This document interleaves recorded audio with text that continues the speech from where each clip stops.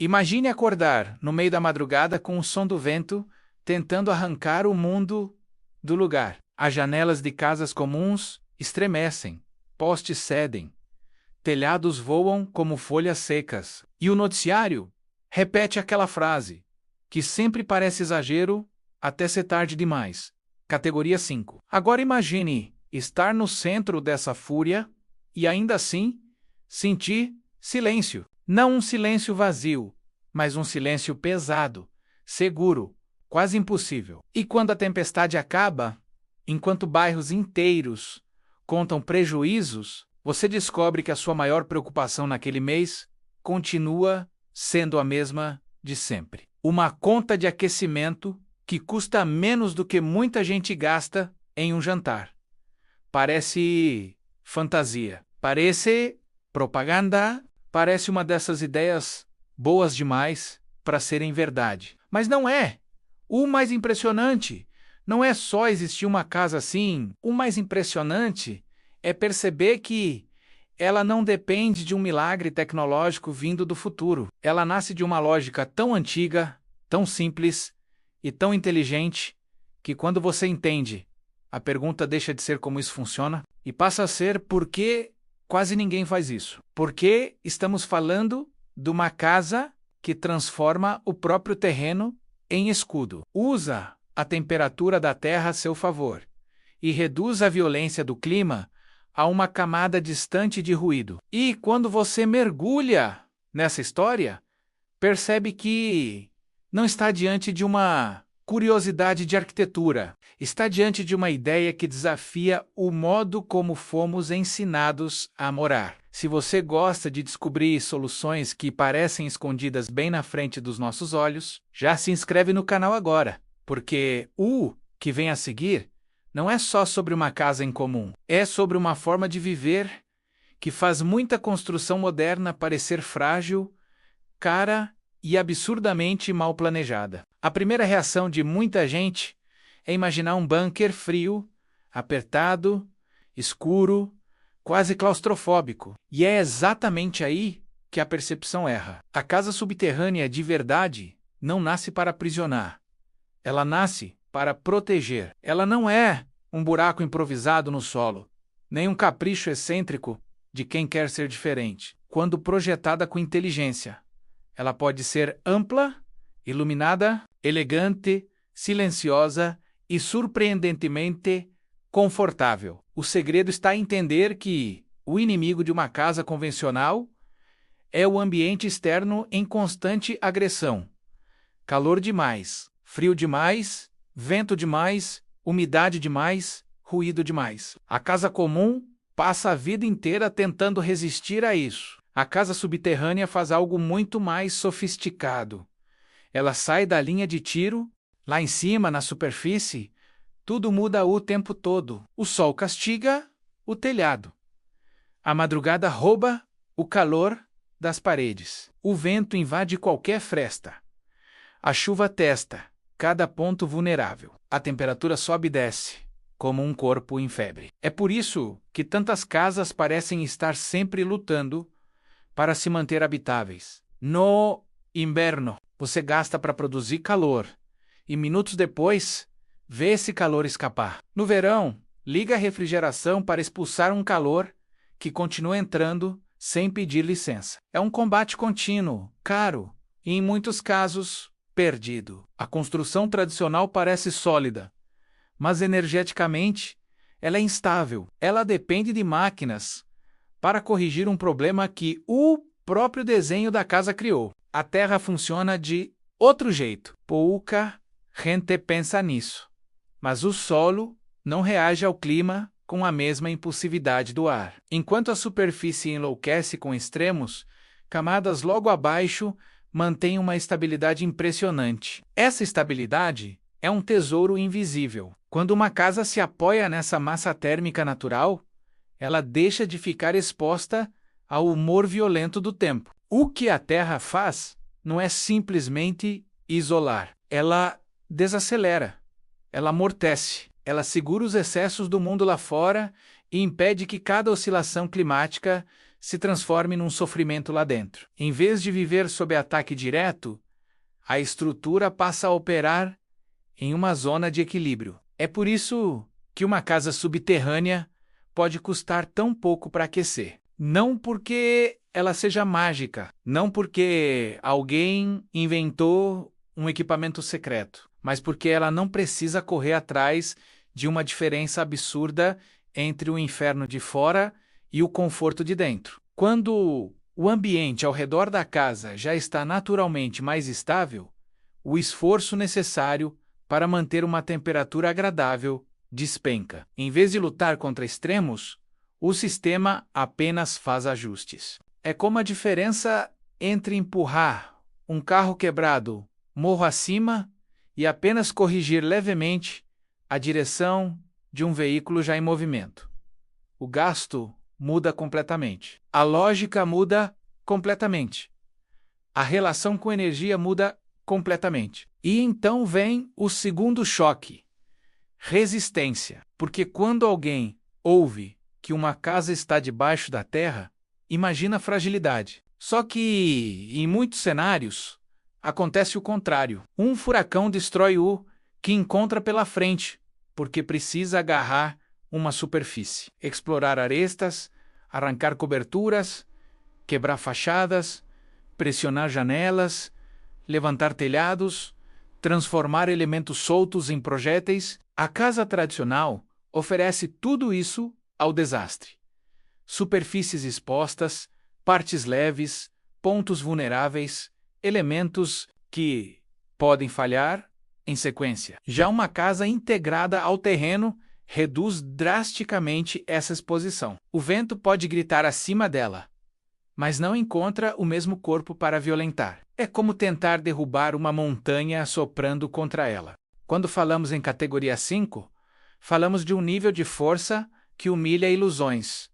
Não é um vento forte, é um sistema de destruição. É o tipo de evento que revela, sem piedade, o que foi realmente construído para durar e o que apenas parecia seguro em dias normais. E nesse teste brutal, a casa subterrânea tem uma vantagem que não depende de sorte. Ela quase desaparece do campo de ataque. Menos telhado exposto, menos paredes recebendo o impacto pleno, menos chance de arrancamento, menos partes para romper, menos vulnerabilidade ao voo de destroços. Em muitos casos, o risco não some, porque nenhuma construção séria deveria vender invencibilidade. Mas ele muda de patamar, e mudar de patamar diante de um evento extremo pode ser a diferença entre dano reparável e colapso total. Essa lógica também vale para outros inimigos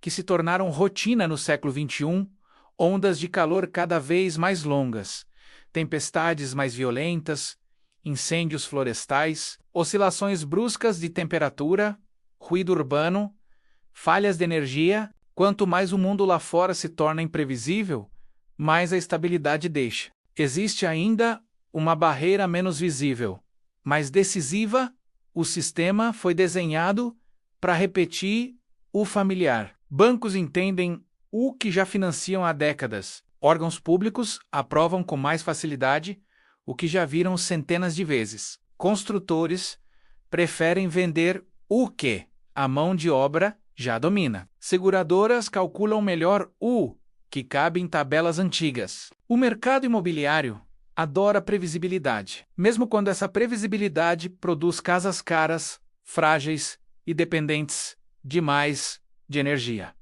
O novo assusta, o diferente atrasa processo. O fora do padrão exige explicação, e toda explicação custa tempo, dinheiro e paciência. Muitas ideias promissoras morrem não porque falham na prática, mas porque incomodam a máquina. Só que, para quem atravessa essa barreira, o resultado pode ser extraordinário. Imagine entrar em uma casa no auge do verão e perceber que o ar não te agride. Não existe aquele bafo pesado de parede aquecida o dia inteiro. Não existe o teto irradiando calor como se o sol tivesse ficado preso ali dentro. O ambiente parece naturalmente sereno. Agora imagine o inverno, quando o lado de fora parece feito para expulsar qualquer conforto humano. E ainda assim, o interior permanece estável, sem drama, sem esforço aparente, sem o som incessante de um sistema trabalhando no limite. Esse tipo de experiência muda a relação da pessoa com o conceito de abrigo. Ela deixa de morar numa caixa exposta e passa a morar numa estrutura que realmente colabora com sua sobrevivência e bem-estar. E talvez esse seja o ponto mais fascinante de todos. Durante muito tempo, progresso significou construir cada vez mais alto, mais leve, mais rápido, mais visível. A casa subterrânea desafia esse impulso. Ela não quer competir com a paisagem, ela quer conversar com ela. Não busca chamar atenção, busca funcionar melhor. Não ostenta vulnerabilidade disfarçada de design. Ela aposta naquilo que quase sempre é subestimado: discrição, massa, silêncio, permanência. Em um mundo obcecado por fachada, ela devolve valor ao essencial. E essa inversão incomoda porque revela um fato incômodo. Talvez tenhamos confundido inovação com espetáculo por tempo demais. Também existe uma dimensão quase emocional nessa escolha. A maioria das casas transmite uma sensação constante de exposição. Você ouve a rua, sente o vento, percebe a chuva batendo, teme o calor chegando, teme o frio entrando, teme o próximo pico na conta. É um abrigo que nunca deixa você esquecer o que está tentando manter do lado de fora. Já a casa subterrânea, quando bem desenhada, produz outra sensação: contenção. O exterior continua existindo, mas ele perde poder sobre o seu corpo e sobre a sua mente. Isso não é pouca coisa. Segurança não é apenas a chance estatística de resistir a um evento extremo. Segurança é também a experiência diária de viver sem impressão de que tudo pode falhar a qualquer momento. Claro, há quem diga que esse tipo de moradia parece radical, mas radical, talvez, seja aceitar como normal um modelo que superaquece no verão, congela no inverno, teme cada tempestade forte e exige consumo constante para simular conforto. Radical talvez seja depender de telhados frágeis em regiões onde o clima já mudou. Radical talvez seja construir como se os próximos 50 anos fossem repetir os últimos 50. A casa subterrânea parece estranha, porque revela o quanto nos acostumamos com soluções medíocres. Quando algo faz mais sentido do que o padrão é que deveria ficar sob suspeita. Isso não significa que todo mundo deva correr amanhã para escavar um terreno. Seria irresponsável dizer isso. O local importa. O solo importa, a drenagem importa, a inclinação do terreno importa, o projeto de luz natural importa, a ventilação importa, a impermeabilização importa, a relação entre custo inicial e economia futura importa, a estética importa, a legislação importa. Tudo isso precisa ser analisado com frieza, mas justamente aí mora a força da ideia. Quando tratada com seriedade, ela não se sustenta em delírio, e sim em desempenho. Ela não convence por moda, convence por resultado. Menos gasto recorrente, mais estabilidade. Mais prote ou mais sil, ensio, mais durabilidade. Menos dependência de um mundo exterior, cada vez mais hostil. Há algo quase irônico nisso tudo. Durante séculos, seres humanos aprenderam em diferentes lugares e sob pressões diferentes que a Terra podia ser abrigo. Não porque fossem atrasados, mas porque observavam a realidade com atenção. Depois, em nome da modernidade, nós nos afastamos dessa lógica e passamos a glorificar estruturas que precisam lutar o tempo inteiro contra o ambiente. Agora, diante de eventos climáticos extremos, custos energéticos sufocantes e cidades barulhentas, começamos a redescobrir uma verdade antiga com vocabulário novo. Às vezes, o futuro não chega como invenção. Às vezes, ele chega como lembrança e talvez seja por isso que essa casa provoque tanto fascínio. Ela parece saída de um futuro resiliente, mas carrega a sabedoria de uma decisão simples: parar de enfrentar a natureza, como se ela fosse inimiga a ser vencida, e começar a projetar com ela, usando sua estabilidade, sua massa e sua lógica a nosso favor. Em vez de desafiar o terreno, a casa se alinha a ele. Em vez de anunciar a presença, ela conquista permanência. Em vez de gritar modernidade, ela entrega desempenho. E no fim, é isso que sobrevive à propaganda, ao modismo e ao pânico, aquilo que funciona quando a prova real chega. Então, quando você ouvir que existe uma casa capaz de atravessar furacões devastadores com muito mais dignidade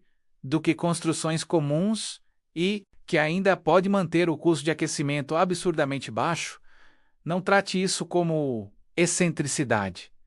Trate como um sinal de que a arquitetura do futuro talvez não seja a mais chamativa, mas a mais inteligente. Talvez não seja a mais alta, mas a mais estável. Talvez não seja a que impressiona na primeira olhada, e sim a que continua de pé quando todo o resto já virou destroço. No fim das contas, essa história não é sobre morar debaixo da terra. É sobre finalmente entender o que uma casa deveria ser. Não um símbolo de status, não uma vitrine, não uma máquina faminta por energia, mas um abrigo verdadeiro. Um lugar que protege, economiza, resiste e faz sentido, mesmo quando o mundo lá fora perde completamente o controle. E quando uma construção consegue fazer tudo isso, enquanto a maioria ainda corre atrás de soluções mais caras, mais frágeis e mais barulhentas, talvez a pergunta certa não seja se essa ideia é ousada demais. Talvez a pergunta certa seja por que demoramos tanto para levá-la a sério.